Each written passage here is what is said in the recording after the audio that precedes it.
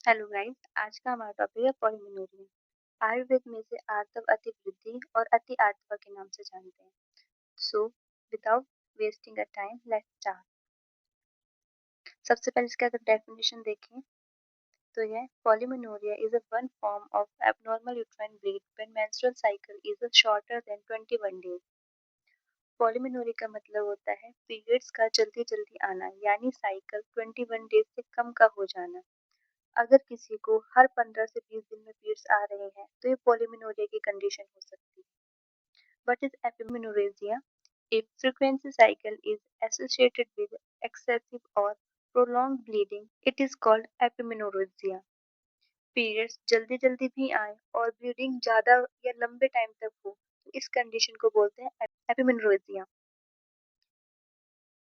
Easy way में अगर हम इसको समझें तो poly means frequent and menorrhagia means heavy bleeding. दोनों का जो कंबाइंड फॉर्म है वो एपिमेनोरेजिया होती है। It can also affect fertility since ovulation will usually occur sooner than expected.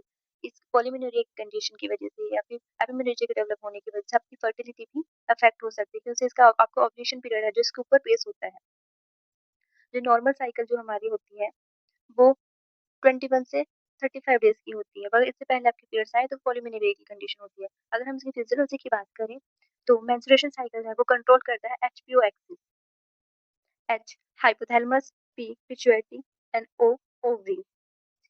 Hypothalamus जो है वो जीएनआरएच को प्रोड्यूस करता है, पिट्यूटरी एफएच एंड एलएच को करता है और ओवरी ईस्ट्रोजन एंड प्रोजेस्टेरोन को। Shortening of cycle usually due to reduce follicular phase और inadequate luteal phase. Follicle phase और ल्यूटियल फेज में जो इम्बैलेंस आ जाता है उसकी वजह से हमारी जो साइकिल है वो डिस्टर्ब हो जाती है, जिसकी वजह से शॉर्टनिंग ऑफ साइकिल हो जाती है।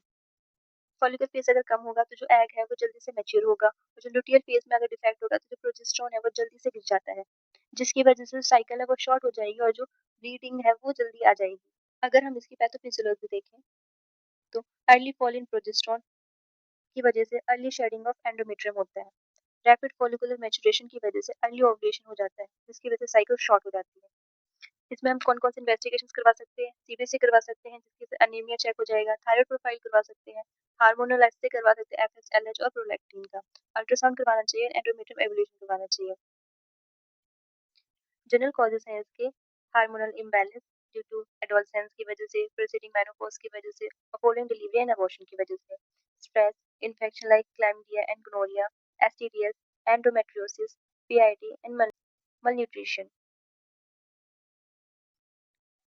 स्पेसिफिक अगर कॉजेज देखें हम तो हार्मोनल कॉजेज हो सकते हैं, लाइक ल्यूटियल फेज डिफेक्ट या फिर anovulatory cycle. Thyroid disorders हो सकते हैं, लाइक हाइपरथायरॉयडिज्म। ओवेरियन कॉजेज में हो सकते हैं डायमिनिस्ट ओवेरियन रिजर्व और premature ovarian failure. Uterine causes में फाइब्रॉइड मिल सकते हैं आपको, एंडोमेट्रियल हाइपरप्लेजिया हो सकता है, पीआईडी हो सकता है, means pelvic inflammatory disease. Systemic cause में आपको मिल सकता है stress, weight loss and chronic illness. Clinical features क्या होते हैं? Frequent periods, normal to heavy bleeding, fatigue and dizziness, mild abdominal discomfort, anaemia, general weakness, irritability and mood swings. Sometimes it affects fertility. Treatment अगर हम देखें तो general treatment में assurance and psychotherapy कर सकते हैं, लाइफस्टाइल करेक्ट कर सकते हैं। मेडिकल ट्रीटमेंट में क्या करना चाहिए? प्रोजेस्टेरॉन थेरेपी देनी चाहिए, ओसीपीज का यूज कर सकते हैं, और कॉन्ट्रासेप्टिव पिल्स का। ट्रीट अंडरलाइन कॉज, लाइक अगर थायराइड की वजह से सिम्टम डेवलप हुआ है, डिजीज डेवलप हुई है तो थायराइड का करेक्शन करेंगे। इन्फेक्शन की वजह से अगर डिजीज डेवलप हुई है तो इन्फेक्शन को करेक्ट करेंगे। सर्जिकल भी कर सकते हैं हम इसमें अगर फाइब्रॉइड की कंडीशन है तो, वैसे ऐसे ये रेयरली ही होता है। आयुर्वेद के अनुसार इसे देख लेते हैं। आयुर्वेद में आर्तव अति वृद्धि के नाम से जाना जाता है और अति आर्तवा के नाम से भी जाना जाता है। अगर हम डेफिनेशन की बात करें तो आर्तवा अति वृद्धि का मीन्स होता है excessive increase in quantity and frequency of menstrual flow. Menstrual flow का बढ़ जाना या फिर उसकी क्वांटिटी का बढ़ जाना ही आर्तव अति वृद्धि है। Menstrual bleeding become more than normal. जो मेंस्ट्रुअल ब्लीडिंग होती है वो नॉर्मल से ज्यादा हो जाती है, मतलब उसकी जो मात्रा है वो बढ़ जाती है। इसमें रक्त और पित्त की प्रीडोमिनेंसी मानी गई है। अगर हम इसके लक्षण की बात करें तो आर्तव अंगमर्द अति प्रवृत्ति दुर्गंधश्च, मीन्स आर्तव मीन्स मेंस्ट्रुअल ब्लड, अंगमर्द मीन्स बॉडी एक्ट, अति प्रवृत्ति एक्सेसिव इंक्रीज्ड ऑफ फ्लो, दुर्गंध मीन्स फाउल स्मेल।